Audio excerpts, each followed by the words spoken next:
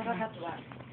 The day na pupunta kami sa Sacramento, ang kanyang pantalon, he wore that, ano pantalon yun? Many pockets. Yung mini pockets nilang ganyan. Cargo pants. Cargo pants, Sabi ko, you know what? Magsisimba tayo doon. Merong special guest, si Father Suda. Bakit ganyan ang pantalon mo? Sabi ko ng pantalon.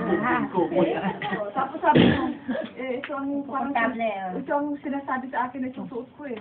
So, kung sinasabi, meaning may something of the Holy Spirit. So, I let him doon, pabayaan mo na kasi marami akong nagkakamali eh. So, anyway, dumating kami doon. Nag-reserve na kami ng mga upuan, kanya-kanyang reserve, di ba? Ako dito saan para makita ko si Father Suda. Kasi we met him in Chicago. Yeah. Suda. Tapos, nakikita ko na naman, ano? Ganun na, nangyari. Aba, nung ma-assign pala siya, yun nga, doon sa door na papasukan ni Father Suda.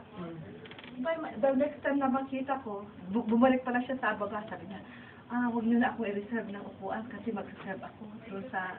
Parang kita ko doon na siya sa stage. Sabi pa ni Father, oh.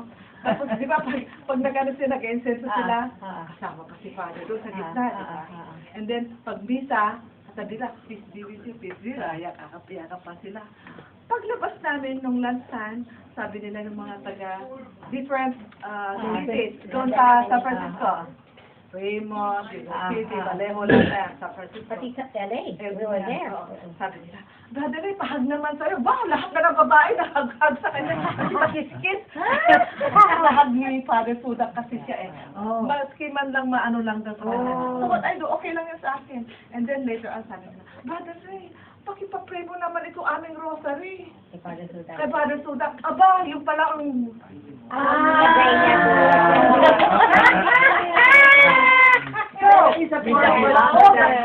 All the pockets were with groceries. filled with rosaries.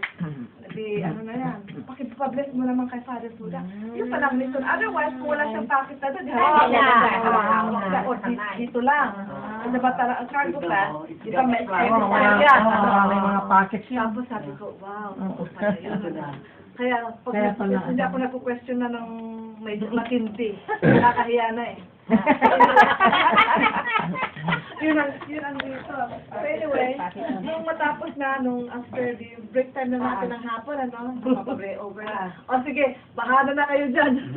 Magharap kayo ng kanyang-kanyang rosary. There were 50 rosaries, meron 50 rosaries. Kasi mga Pilipino, di ba? Ang dami-dami. Ayun, marami. Ako din yun.